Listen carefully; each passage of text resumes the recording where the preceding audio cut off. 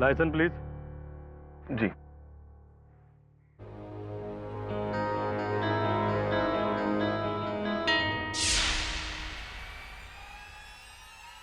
साहब, ये लड़के का खून हुआ है।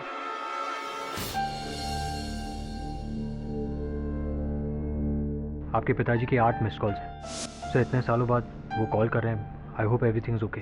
आप अपने पिता को बहुत मिस करते हैं, उनकी चिंता है आपको, मगर उनसे वो रिश्ता नहीं। उनसे लड़कर आपने काफी नाम और शोहरत कमा लिया, लेकिन चैन नहीं। पिता का दिल दुखाया है आपने mister Pathak. Excuse me KD sir, Mrs Bhatia आपसे मिलना चाहती हैं।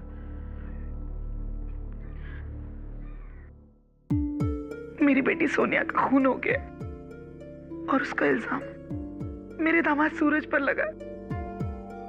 मिस्टर केडी, मैं यहाँ आपसे सिर्फ एक गुजारिश करने आई हूँ, मेरे दामाद सूरज को बचा लीजिए। आश्चर्य की बात है मिसेस भाटिया, आपकी अपनी सुपुत्री की हत्या हुई और आप उस व्यक्ति को बचाना चाहते हैं जिस पर ये आरोप लगा है। मैं तो बस इतना जानती हूँ कि सूरज ऐसा कर ही नहीं सकता।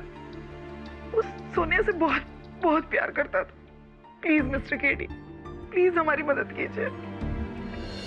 एक ही प्रश्न पूछूंगा आपसे सूरज जी, क्या आपने अपनी पत्नी की हत्या की है? एक बार सोनिया को बुखार आ गया था, मैं उसकी दवाई लेने के लिए दर्जनों मेडिकल दुकान पे भटका था। ये मेरे प्रश्न का उत्तर नहीं हुआ। उसके हाथ में एक छोटी सी मोच आई थी। उसने मुझे फोन पे बताया, मैं अगली फ्लाइट लेकर अमेरिका से सीधा उसके पास आ गया था। ये भी मेरे प्रश्न का उत्तर नहीं हुआ। अब आप ही बताइए केटी, क्या मैं अपनी पत्नी का खून कर सकता हूँ? नहीं।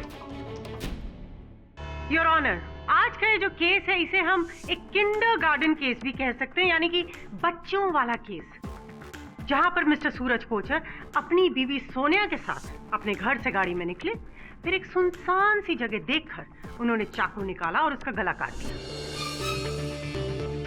पहले कि वो उसकी लाश को ठिकाने लगा सकते कि सामने पुलिस की नाकाबंदी नजर आ गई, और वो भी ऐसी जगह जहां अक्सर पुलिस की नाकाबंदी नहीं होती है। लेकिन मिस्टर सूरज की बदकिस्मती कि उस दिन उस समय वहां पुलिस की नाकाबंदी थी और बस पुलिस ने रंगे हाथों, as simple as that. Miss Kamath, क्या लगता है आपको ये जो मेरे मुवक्किल हैं सूरज जी, ये किस प्रकार के व्यक्ति हैं? केडी, मुझे लगता है आपके मुवक्किल बहुत ही शातिर, चालाक और पत्थर दिल इंसान है, क्योंकि इसी प्रकार का इंसान दिन दहाड़े इतनी बेरहमी से अपनी पत्नी की हत्या कर सकता है। तो आपके अनुमान में जो व्यक्ति इतने चालाक हैं, शातिर हैं, इन्होंने कोई योजना ही नहीं बनाई हत्या करने की, बस यूं ही हत्या कर दी और पुलिस के पास चले गए और कह दिया मुझे पकड़ो? नहीं नहीं KD, order order, silence in the court please. नहीं केडी, ऐसा बिल्कुल नहीं है। मैंने कब कहा कि मिस्टर सूरज ने किसी योजना के तहत अपनी पत्नी की हत्या की है? तो क्या कह रही है फिर आप? योर ऑनर, मैं कोर्ट को बताना चाहती हूँ कि मिस्टर सूरज ना सिर्फ शातिर, चालाक और एक पत्थर दिल इंसान है, बल्कि उनमें एक और क्वालिटी है, वो बहुत ही शॉर्ट टेम्पर्ड है। उन्हें गुस्सा बहुत आता है, और जब उन्हें गुस्सा आता है तो अक्सर अपने आपे से बाहर हो जाते हैं, और उस दिन भी ऐसा ही हुआ होगा। वो अपनी बीवी के साथ गाड़ी में जा रहे थे, किसी बात को लेकर उनमें झगड़ा हुआ, झगड़ा इतना बड़ा कि मिस्टर सूरज ने अपना दिमागी संतुलन खो के चाकू निकाला और अपनी बीवी का गला काट दिया। कोई ये जो कह रही हैं, इसका कोई आधार है आपके पास या यूं ही कह रही? नहीं, बिल्कुल है योर ऑनर। इन दोनों के बीच में कोई पहली बार झगड़ा नहीं हुआ, ये दोनों अक्सर झगड़ा किया करते थे किसी विशेष मुद्दे को लेकर, और उस मुद्दे की वजह से मिस्टर सूरज के दिल में बहुत गुस्सा भरा हुआ था, जो उसे ज्वालामुखी की तरह फटा और उन्होंने अपनी बीवी की हत्या कर दी। और अपनी इस बात को साबित करने के लिए मैं कुछ गवाहों को पेश करने की अनुमति चाहती हूँ। इजाजत है। Thank you your honour. मेरे पहले गवाह हैं मिसेस सोनिया कोचर के बॉस मिस्टर राजपाल। तो मिस्टर राजपाल, सोनिया जी आपके ऑफिस में काम किया करती थी? जी हाँ, इतना ही नहीं, वो मेरी बहुत अच्छी दोस्त भी थी। यानी इतनी अच्छी दोस्ती थी कि वो अपनी पर्सनल बातें भी आपसे शेयर कर लेती थी? जी हाँ। अच्छा, आप उनके और उनके पति के बीच के संबंधों के बारे में हमें कुछ बताएंगे? जी हाँ, सूरज और सोनिया के बीच में काफी टेंशन था। सूरज, जो बहुत जिद्दी और पॉजिटिव इंसान है। सूरज की अमेरिका में जॉब लग चुकी थी, उसे इंडिया नहीं आना था, उसे अमेरिका में ही रहना था। और सोनिया, जिसे विदेश में रहना बिल्कुल पसंद नहीं था, वो इंडिया में ही रहना चाहती थी। इसी बात को लेकर दोनों में अक्सर झगड़े हुआ करते थे। सूरज बार बार इंडिया आकर उसे अमेरिका ले जाने के लिए दबाव डालता रहता था। ओह, एक और बात बताइए, क्या आपके और सोनिया जी के संबंधों को लेकर के उनके पति के दिल में कोई शक था? जी हाँ, इसे वहम था कि मेरे और सोनिया के बीच में नाजायज संबंध थे, लेकिन सोनिया सिर्फ मेरी एक दोस्त थी। लेकिन ये बात इसके दिमाग में कभी नहीं घुसी। ये कई बार हमें आकर ऑफिस में धमकियां दे चुका था। सुबह से 25 बार फोन लगा चुका हूँ, ना ही तो मेरा फोन उठा रही हो और ना ही तो मुझे कॉल बैक कर रही हो। ये हो क्या रहा है तुम दोनों के बीच में? सूरज तुम्हें दिख नहीं रहा है, मैं काम में व्यस्त हूँ। हाँ, मुझे दिख रहा है तुम किस चीज में व्यस्त थी।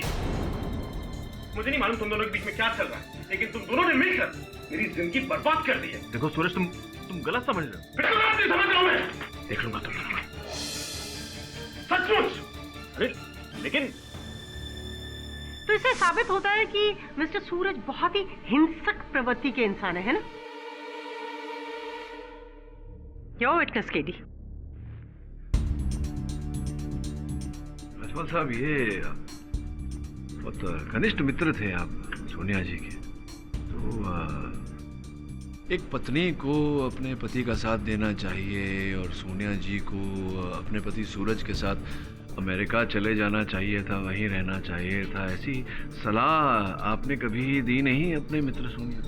जी नहीं, क्योंकि मैं जानता था कि वो अमेरिका जाके कभी खुश नहीं रह सकते। कहीं ऐसा तो नहीं कि आप नहीं चाहते थे कि वो चली जाए अमेरिका अपने पति के साथ और उनका आपके साथ छूट जाए?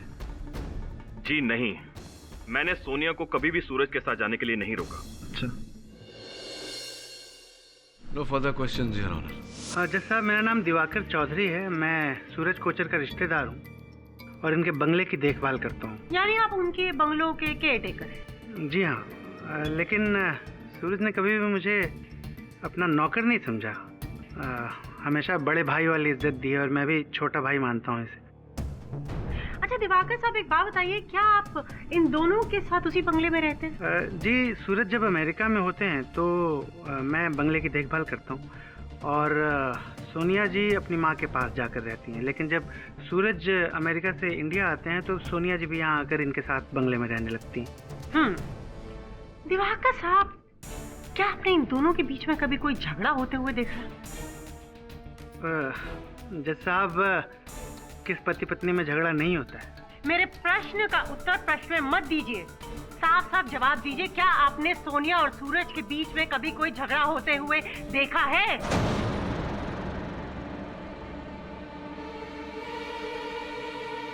जी हाँ। किस प्रकार? किस बात को लेकर झगड़े होते थे? जी, सूरज को सोनिया के बॉस के साथ उसकी दोस्ती पसंद नहीं थी। तो क्या कभी ऐसा हुआ है कि सूरज जी इतने गुस्से में आए हों कि उन्होंने अपना मानसिक संतुलन ही खो दिया और इतना उग्र रूप ले लिया हो? अब मेरी तरफ देखिए, मेरी आंखों में देख के जवाब दीजिए, क्या कभी ऐसा हुआ था? जी हाँ। मुझे बताओ, ऐसी क्या मजबूरी है तुम्हारी? तुम मेरे साथ ही चलते? सूरज, मेरे साथ चलना होगा। सूरज, क्या कर रहे हो? इस तरह झगड़ा करे क्या? बीच में मत पड़िए। बार बार मैं इसे यहाँ लेने के लिए आता हूँ और बार बार ये मुझे टाल देती है। पागल करके रखा है इस लड़की ने मुझे। मैं परेशान हो गया, मैं इसे नहीं खेल सकता। तो हुआ यही था कि उस दिन भी गाड़ी में सूरज और सोनिया के बीच में झगड़ा हुआ होगा एंड एज यूजुअल सूरज जी गुस्से में आकर अपना आपा खो चुके होंगे और गुस्से में आकर के उन्होंने अपनी बीवी की हत्या कर दी थी।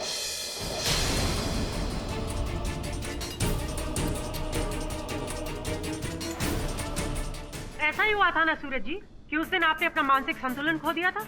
नहीं। अच्छा, तो गाड़ी कौन चला रहा था उस दिन? गाड़ी उस दिन मैं चला रहा था। हमेशा आप ही चलाते? जी नहीं, मेरा ड्राइवर शंकरन गाड़ी चलाता है, लेकिन उस दिन वो छुट्टी पे चला गया था। ओह, छुट्टी पर था या फिर आपने उसे भेज दिया? मैं क्यों उसे छुट्टी पे भेजूंगा? वो उस दिन मेरे पास आया और...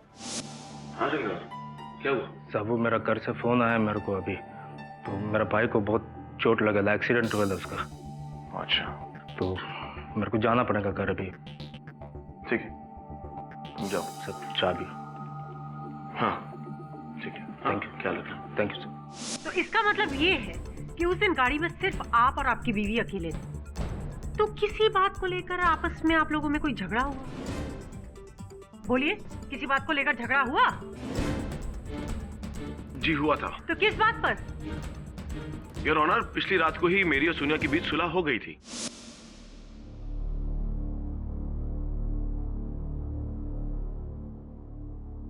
देखो सोनिया, मैं जानता हूं कि तुम्हें अमेरिका की जिंदगी पसंद नहीं है, और इसलिए मैं तुम्हारी खातिर, हम दोनों की खातिर, इस रिश्ते की खातिर अमेरिका छोड़कर हमेशा हमेशा के लिए तुम्हारे साथ यहाँ सेटल होने के लिए तैयार हूं। और मैं राजपाल जी की नौकरी छोड़ने के लिए तैयार हूँ। नहीं नहीं नहीं नहीं नहीं नहीं सोनिया, मैं ये नहीं चाहता कि अब तुम पे किसी किस्म का दबाव आए। तुम पे कोई जबरदस्ती नहीं है। नहीं, ये कोई जबरदस्ती या दबाव नहीं है, ये मैं हम दोनों के लिए कर रही हूँ। Thank you Sonia. How sweet is that. कहानी में एक सुखद मोड़, सब कुछ अच्छा हो गया, लेकिन बस एक थोड़ा सा कंफ्यूजन है कि जब सब कुछ अच्छा हो गया था फिर झगड़ा किस बात पर हुआ? किस बात पर? हाँ, झगड़ा हुआ राजपाल के फोन की वजह से। दरअसल पिछली रात को मेरे और सोनिया के बीच फैसला हो जाने के बाद सोनिया ने राजपाल को बताया कि वो उसके यहाँ नौकरी नहीं करना चाहती। और फिर उस दिन राजपाल का फोन आया गाड़ी में।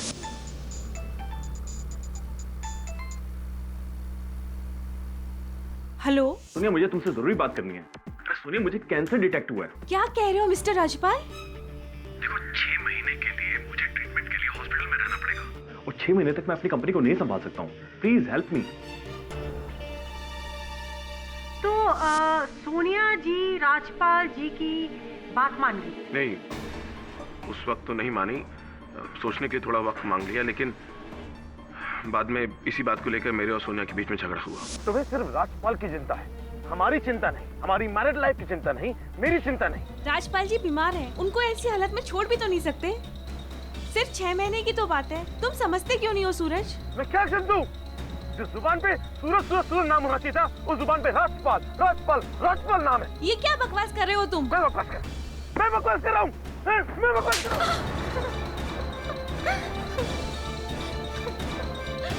फिर मैं चुपचाप गाड़ी चलाने लगा। थोड़ी दूर जाते ही सामने पुलिस की नाकाबंदी थी। वहाँ जब जाके मैंने गाड़ी रोकी तो पलट के देखा बस। और तभी अचानक वहाँ पुलिस की नाकाबंदी आ गई और ये जनाब पकड़े गए। अरे मिस कामत, वो जो हत्या का शस्त्र था, वो चाकू, वो कहाँ चला गया? वो पुलिस को तो मेरा ही नहीं गई। वैसे गाड़ी का शीशा खोल के चाकू को बाहर फेंकने में कितना समय जाता? नहीं, ज्यादा समय नहीं जाता। हाँ। तो किसी लाश को ठिकाने लगाने में कितना समय जाता है? जब चाकू फेंक दिया तो लाश को भी ठिकाने लगा सकते थे ना। केडी, मुझे ऐसा लग रहा है कि आप कोर्ट प्रोसीडिंग्स को ध्यान से नहीं सुन रहे। और मैं नहीं सुन रहा हूँ, मैं ध्यान से सुन रहा हूँ। आप सुन रहे हैं? हाँ, तो आपको ये बात क्यों नहीं समझ आ रही है कि आपके मुवक्किल को लाश को ठिकाने लगाने का समय मिला ही नहीं? उन्होंने हत्या की, चाकू को फेंका, इससे पहले वो लाश को ठिकाने लगा पाते कि अचानक उनके सामने पुलिस की नाकाबंदी नजर आ गई, जो अक्सर उस सड़क पर नहीं है। ऐसा नहीं है, ऐसा मिस कामत, ऐसा नहीं है। समय था इनके पास। क्यों सूरज? जब राजपाल का फोन आपके पास आया तब आपको वहां से नाकाबंदी तक पहुंचने में कितना समय लगा? यही कुछ 5-6 मिनट में। ओह, सिर्फ 5-6 मिनट? ये तो काफी कम समय है ना लाश को ठिकाने लगाने के। बहुत कुछ हो सकता था, बहुत कुछ हुआ, और बहुत कुछ होने वाला है। नहीं समझी आप, मैं समझाऊंगा। ये हमें समझाने के लिए योर ऑनर, मैं इंस्पेक्टर वागले, जो उस समय उस नाकाबंदी पर थे, जिन्होंने मेरे मुवक्किल की गाड़ी को चेक किया था, उन्हें कटघरे में बुलाने की अनुमति चाहता हूँ। अनुमति है। वागले साहब, ये बताइए कि सूरज जी की गाड़ी को जब आपने नाकाबंदी में चेक किया था, उस समय टाइम क्या हो रहा था? सर, 11:34 हुए थे। 11:34? तो इतनी विश्वास के साथ कैसे कह सकते हैं कि 11:34 ही हुए थे? घड़ी देखी थी आपने उस समय? जी नहीं। तो जब हमारे हवालदार ने मिस्टर सूरज की गाड़ी रोकी, उसी समय मेरे घर से मेरे मोबाइल पर फोन आया था। बरोबर 100 रुपये दे. हाँ, बरं मी ठेवतो फोन आता.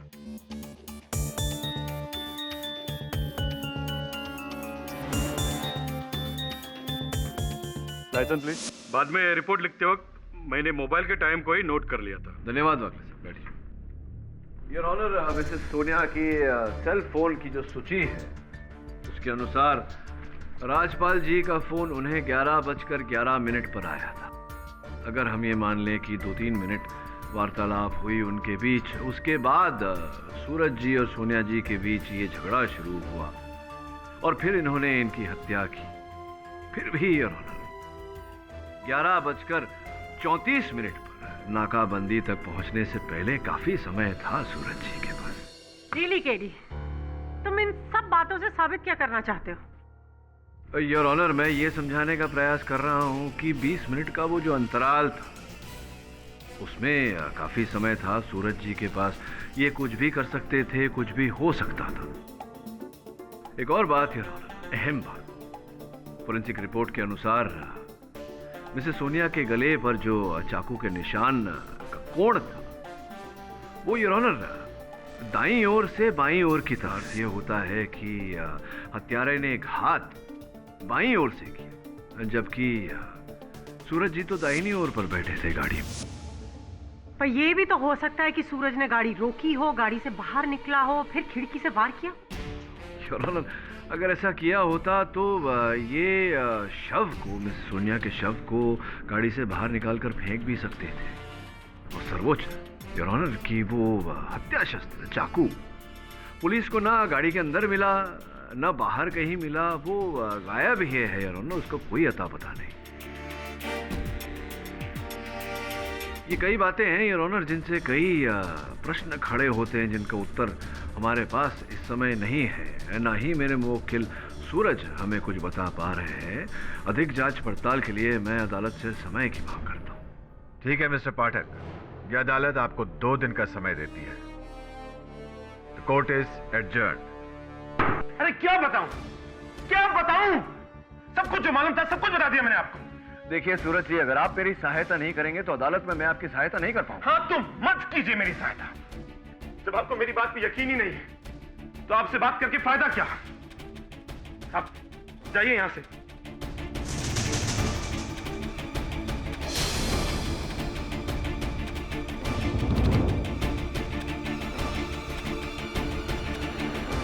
आज सूरज के व्यवहार को देखकर मुझे लगा कि कुछ न कुछ तो छिपा रहा है वो हमसे।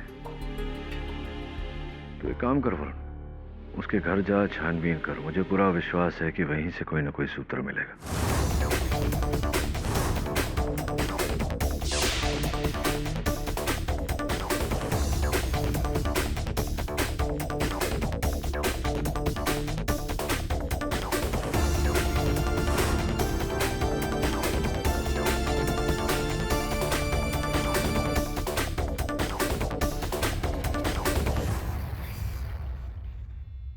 चौधरी साहब, ये ड्रॉर लॉक्ड है, इसकी चाबी है आपके पास? जी नहीं वरुण जी, ये सूरज का पर्सनल ड्रॉवर है, इसकी चाबी उसी के पास होती है। कोई डुप्लीकेट की? जी नहीं।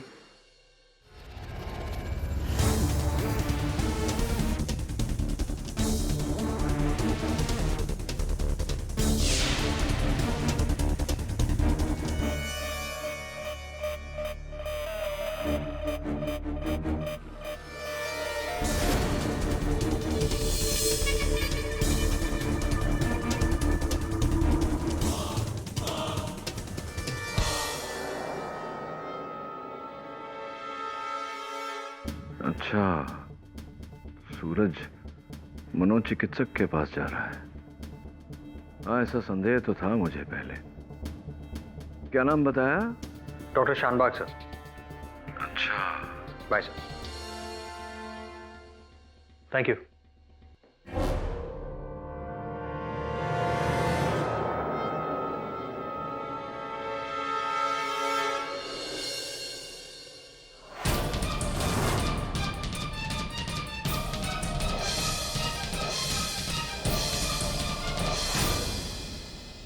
डॉक्टर शानबाग, आपकी बातें सुनकर दंग रह गया हूं मैं। मिस्टर पाठक, अगर ये लीगल मैटर न होता तो मैं आपको ये बात कभी बताता भी नहीं। बहुत बहुत आभार मानता हूं आपका। डॉक्टर शानबाग, एक विनती है, ये जो बातें आपने मुझे बताई, क्या आप अदालत में भी बता सकते हैं? क्यों नहीं? ठीक है, मैं कल अदालत में आपकी प्रतीक्षा करूंगा। एक्सक्यूज मी केडी सर, आपके लिए मैसेज है। मैंने डॉक्टर शानबाग के क्लिनिक पे फोन किया था, वो वहां से निकल चुके, पहुंचते ही होंगे। जज साहब पधारे हैं।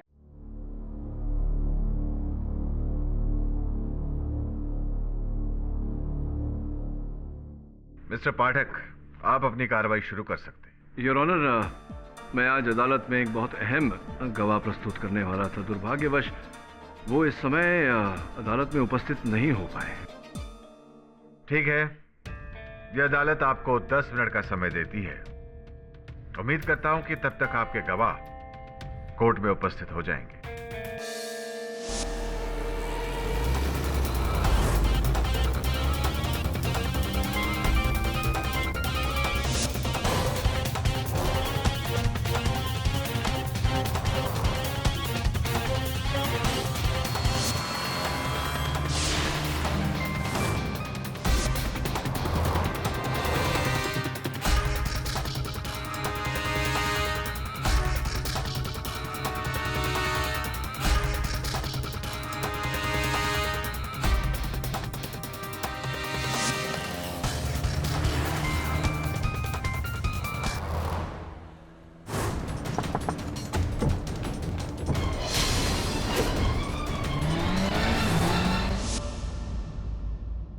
जज साहब पधारे हैं।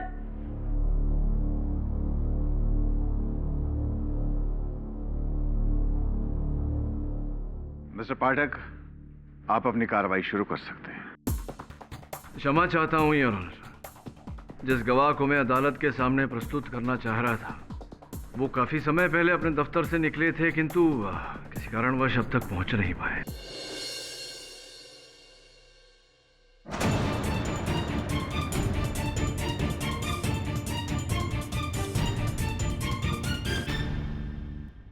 दुखद समाचार है यार,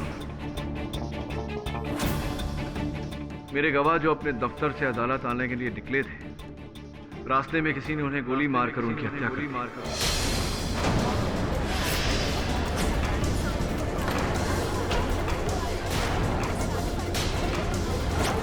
order order, silence in the court please.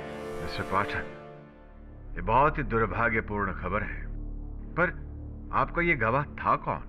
बताऊंगा यार, लेकिन उससे पहले मैं अपने मुवक्किल से चंद प्रश्न करना चाहूंगा। अनुमति है। धन्यवाद योर ऑनर। जी केडी साहब, पूछिए, क्या पूछना चाहते हैं आप? योर ऑनर, ये जो व्यक्ति कटघरे में खड़ा है, ये बहुत ही गिरा हुआ, दुष्ट और पाखंडी व्यक्ति है योर ऑनर।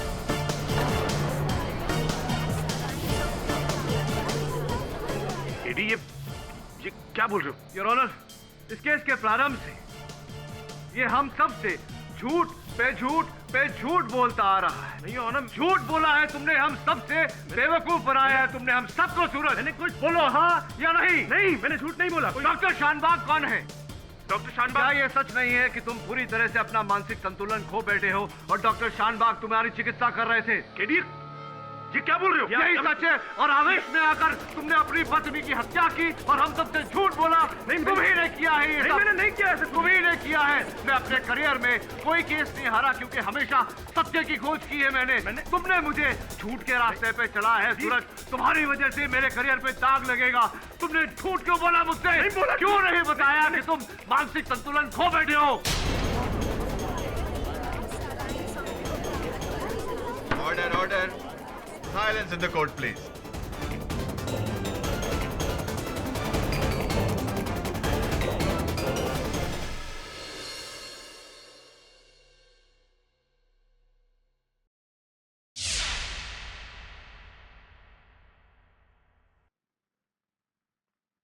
क्या हुआ केडी सर? हाँ, पूछिए ना, क्या पूछना चाहते हैं आप?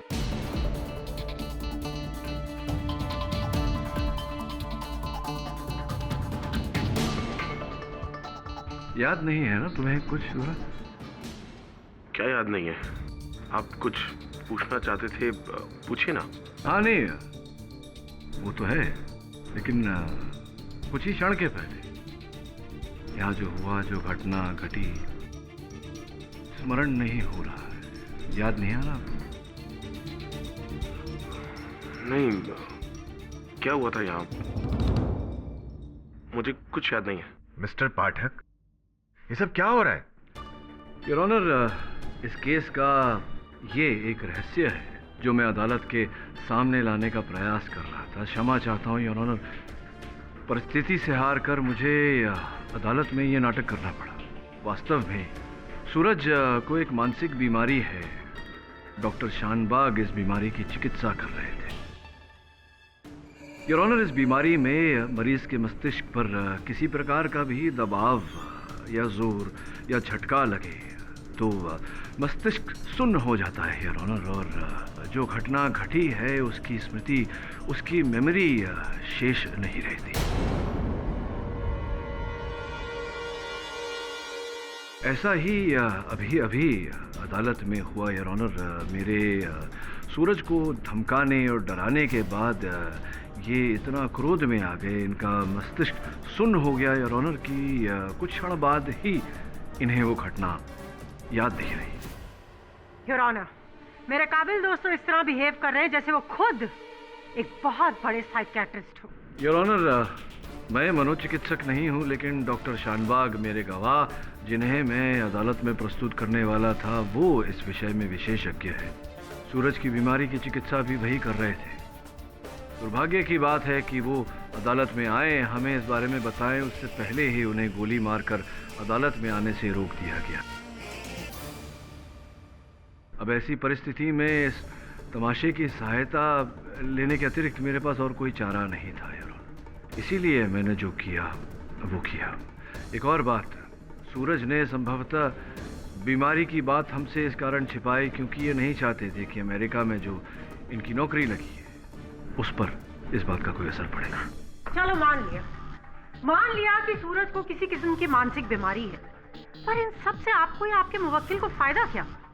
देखिए मिस कामत, हर बात में फायदा नुकसान नहीं देखा जाता मिस कामत। योर ऑनर, इससे सत्य बाहर आता है, एक संभावना बाहर आती है। उस दिन गाड़ी में जब सोनिया और सूरज जी के बीच जो झगड़ा हुआ, उस झगड़े के कारण सूरज जी का मस्तिष्क सुन्न हो गया और फिर क्या क्या घटा इन्हें कुछ याद ना हो। और यही कारण था योर ऑनर कि पुलिस रिपोर्ट्स के अनुसार जब ये नाकाबंदी पर पहुंचे और इनकी गाड़ी की चेकिंग चल रही थी, ये बिल्कुल स्वस्थ थे, बिल्कुल शांत थे, क्योंकि इन्हें याद ही नहीं था कि इनकी गाड़ी में क्या घटा है। हाँ, लेकिन केडी, ये भी तो हो सकता है कि झगड़े के दौरान सूरज का माइंड ब्लैंक हो गया और उसी दौरान इन्होंने अपनी बीवी की हत्या की और फिर चुपचाप बैठ के गाड़ी चलाने लगे। और जब ये नाकाबंदी पे पकड़े गए तब इन्हें याद ही नहीं था कि इनकी पत्नी की हत्या इन्होंने स्वयं की है। अच्छा, तो डॉक्टर शानबाग को भी गोली मारी इन्होंने सलाखों के पीछे बैठकर? केडी, गोली तो बाहर से भी मरवाई जा सकती ना, उसके लिए जेल से बाहर होना कोई जरूरी नहीं। देखिए, होने को तो बहुत कुछ हो सकता है, लेकिन क्या हुआ था क्या नहीं योर ऑनर, ये जानने का एक सरल तरीका है, सम्मोहन क्रिया, हिप्नोसिस।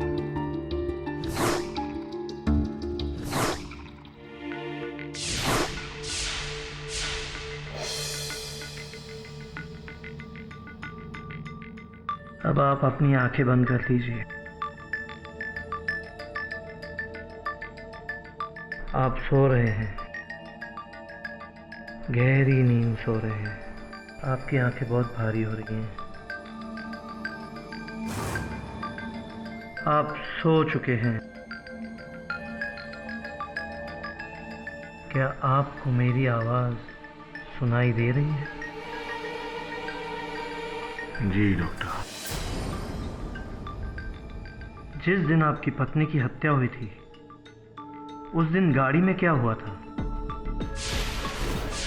याद करने की कोशिश कीजिए। आप और आपकी पत्नी दोनों गाड़ी में साथ में जा रहे थे। मैं गाड़ी चला रहा था। आप ही गाड़ी चला रहे थे, फिर क्या हुआ?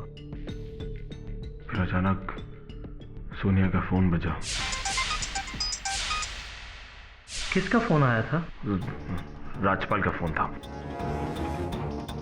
फोन आने के बाद में क्या हुआ? उसका फोन आने के बाद मेरे और सोनिया के बीच में झगड़ा हुआ।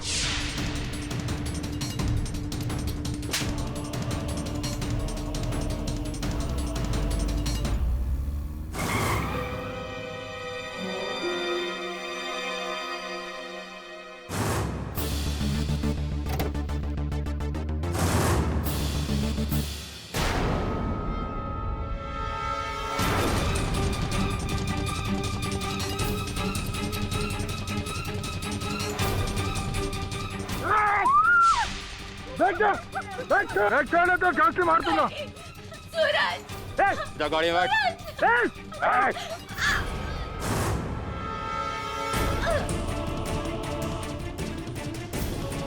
चल चुप जा, गाड़ी में बैठ, मैं गोली मार दूंगा अभी।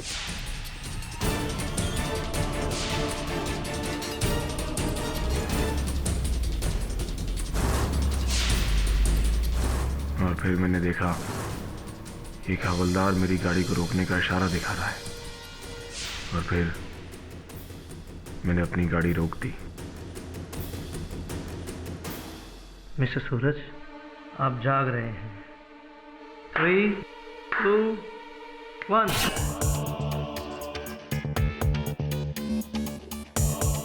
मिस्टर केडी, कुछ पता चला? बहुत कुछ पता चला सूरज जी, इस बारे में बाद में विस्तार से बात करेंगे।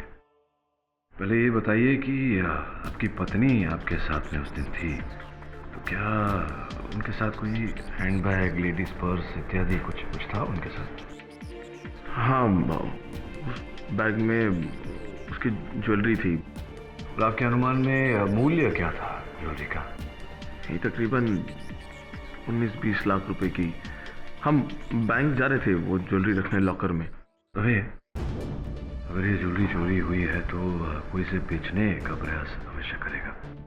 ये जो लोग होते हैं जो लूटा हुआ चोरी का माल खरीदते हैं, अपने लोगों से बोल जरा उन पर नजर रखें। 1 मिनट, मुझे याद आया, शायद मेरा ड्राइवर शंकरन, वो ये बात जानता था कि उस बैग में ज्वेलरी थी। अरे सोनिया, इतने सारे गहने किस लिए? ये सारे गहने घर में रखे थे, मैंने सोचा इन्हें बैंक में रख देते हैं। अरे शंकरन, क्या हुआ? सर वो चाबी गाड़ी का। नहीं यार सूरज जी, लेकिन शंकरन तो आपके साथ गया नहीं था। क्योंकि कुछ ही देर पहले उसके घर से फोन आया था, उसके भाई का एक्सीडेंट हो गया है, तो वो हॉस्पिटल जाना चाहता था, तो वो चला गया। अच्छा, तो शंकरन जी, आपका ये कहना है कि जिस दिन सोनिया कोचर जी की हत्या हुई उस दिन आपको एक फोन आया था ये कहते हुए कि आपके भाई का एक्सीडेंट हो गया? जी सर, ये सच है। मेरे भाई का फोन, मेरे घर से फोन आया था, मेरे भाई को बहुत सारा चोट लगा था सर। क्या बात है, अद्भुत। एक ही वाक्य में 3 झूठ बोल दिया। नहीं, क्योंकि उस दिन कोई एक्सीडेंट हुआ ही नहीं था और आपका कोई भाई ही नहीं है और ना कोई फोन आया था।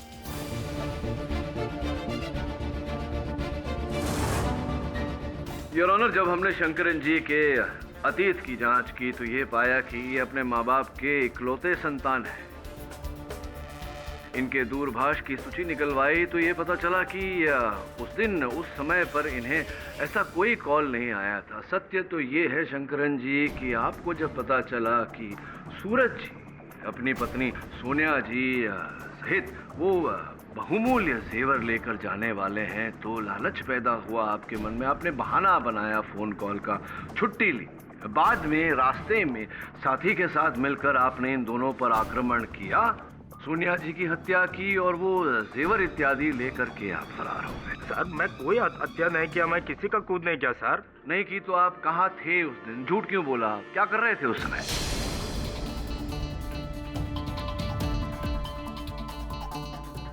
बोलिए ना, कहाँ थे, क्या कर रहे थे? सर, जिधर मैं पहले नौकरी करता था उधर मेरे से एक एक्सीडेंट हुआ था सर। एक्सीडेंट हुआ था तो क्या लेना देना इसके? उसका केस अभी भी चालू है। अब ये बात मैं सूरज सर को बताता था तो वो मेरे को नौकरी से निकाल देते थे, इसके वास्ते मैं उनको नहीं बताया सर। सर, जब भी मैडम का मर्डर हुआ तभी मैं अपना सुनवाई पे था। आपको मांगता है तो रिकॉर्ड में देखने का सर, मैं अक्खा दिन इधर ही था। अच्छा, ठीक है, मान लेते हैं आपकी बात। बैठिए आप। योर ऑनर, मैं अफसोस केडी, अफसोस। आपका एक और तीर तुक्का साबित हुआ। वैसे कोशिश आपने बहुत की अपने मुवक्किल को बचाने के लिए, लेकिन हुआ क्या सिवाय कोर्ट के समय बर्बाद होने के। तो योर ऑनर, मेरी आपसे दरखास्त है कि तमाम सबूतों और गवाहों को मद्देनजर रखते हुए ये अदालत मिस्टर सूरज को मुजरिम करार दे, क्योंकि मुझे बिल्कुल नहीं लगता कि उन्हें किसी भी किस्म की मानसिक बीमारी है। इनफैक्ट उन पर तो हिप्नोसिस का कोई असर हुआ ही नहीं, बल्कि मुझे तो ऐसा लगता है कि उन्होंने वो एक मौका ढूंढा ताकि सबको अपनी एक मनगढ़ंत कहानी सुना सके, जिससे सबने विश्वास भी कर लिया। जबकि असलियत में ये है कि इस केस का असली कातिल और कोई नहीं, मिस्टर सूरज है। मैंने कोई खून नहीं किया है। मतलब मैं अपनी बीवी को क्यों मारूंगा? जैसा मैं तो उससे बहुत प्यार करता था, लेकिन अब मुझे यकीन हो गया है, यकीन हो गया कि उसका खून किसने किया है। उसका खून किया है इस राजपाल ने, इसने मारा उसे। और रियली, अगर आपको लगता है कि ये खून आपने नहीं बल्कि राजपाल ने किया है, तो क्यों नहीं आप अपने इतने काबिल वकील से कहते कि वो इस तथ्य को इस कोर्ट में साबित कर सके? नहीं, अगर सत्य है तब तो साबित करूंगा, क्योंकि साबित करना मेरा कार्य।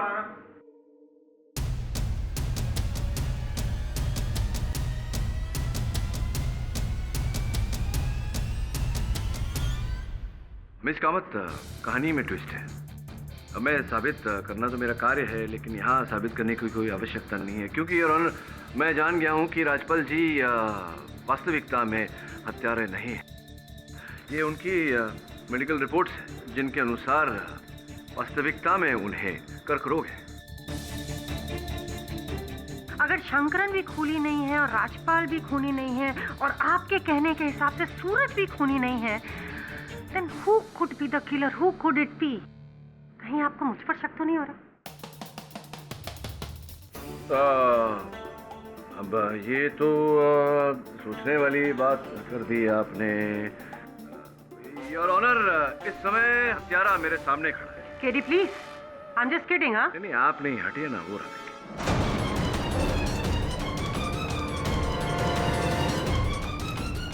योर ऑनर, ये मिसेस सोनिया कोचर के लूटे हुए जेवरातों में से एक अंगूठी बेचने की कोशिश कर रहा था कि हमने इसे गिरफ्तार कर लिया। इसने अपना जुर्म भी कबूल कर लिया है, जिसने अपने एक साथी के साथ मिलकर मिसेस सोनिया को मारा और उनके जेवरात भी लूटे।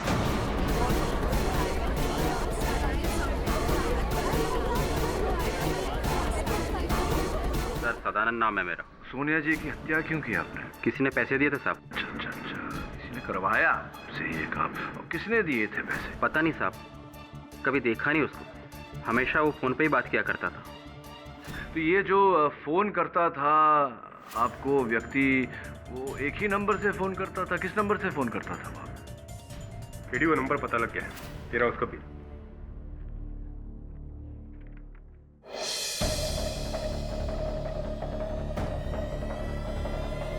बहुत बात है योर ऑनर, कलयुग है, भलाई का जमाना ही नहीं रहा। वही व्यक्ति है योर ऑनर जो कह रहे थे पिछली सुनवाई में कि सूरज ने कभी भी मुझे अपना नौकर नहीं थी, हमेशा बड़े भाई वाली इज्जत दी, और मैं भी छोटा भाई मानता हूँ।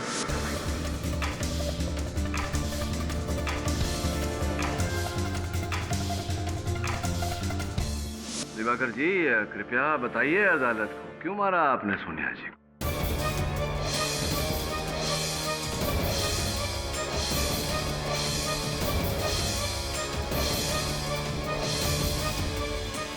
कोई बात नहीं, क्यों दें आपको ये कष्ट? वैसे भी कारागार में अधिक कष्ट मिलने वाला है, आपको ये कष्ट मैं ही उठा लेता हूँ। योर ऑनर, इन पर प्रारंभ से ही संदेह था मुझे, उस समय से जिस समय से इनके अतीत में हमने छानबीन की थी और ये पाया कि ये 2 बार गिरफ्तार हो चुके हैं क्रिकेट पर जुआ खेलने के आरोप में, किंतु सबूत के अभाव में पुलिस ने इन्हें छोड़ दिया था। पुलिस ये पता नहीं लगा पाई थी कि इनका जो कारोबार था क्रिकेट पर जुआ खेलने का, ये कहां से संचालित हो रहा था। योर ऑनर, ये उसी बंगले में अपना व्यवसाय चला रहे थे जहां सूरज रहा करते थे।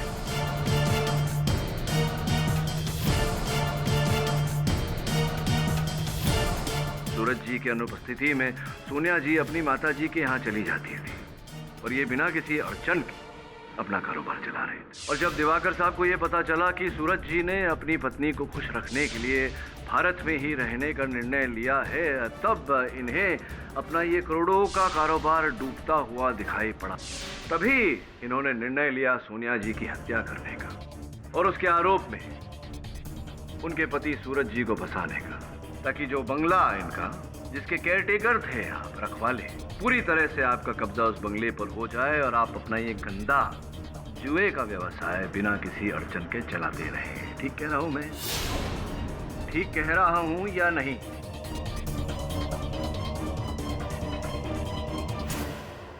और डॉक्टर शानबाग, डॉक्टर शानबाग को योर ऑनर, जब हमने कहा कि वो अदालत में आकर गवाही दे, सूरज की बीमारी के बारे में सबको बताए, तब इन्हीं ने गोली मरवाकर उनकी हत्या कर दी ताकि सामने ना आए। ठीक कह रहा हूं मैं? ठीक कह रहा हूं मैं?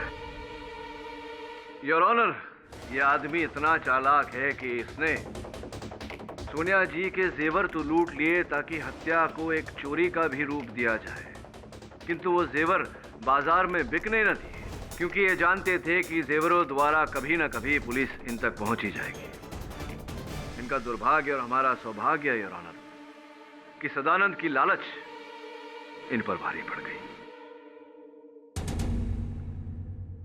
तमाम सबूतों और गवाहों के बयानात के आधार पर यह अदालत मिस्टर सूरज कोचर को बाइज्जत बरी करती है और दिवाकर चौधरी को गिरफ्तार करके उस पर कानूनी कार्रवाई करने का आदेश देती है। Case is close.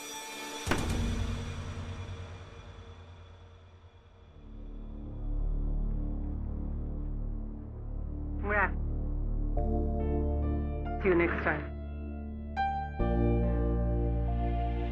Thank you kitty sir. बधाई। पता नहीं मैं आपके इस एहसान का बदला कैसे चुका पाऊंगा। अरे कैसा एहसान। Thank you. माँ जी प्रतीक्षा कर रही है।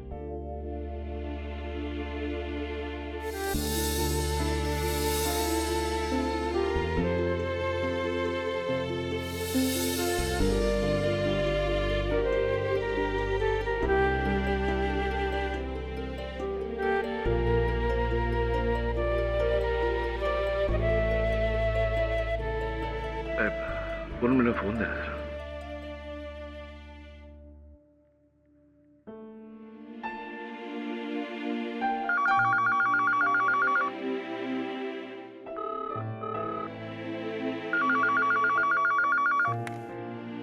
हेलो।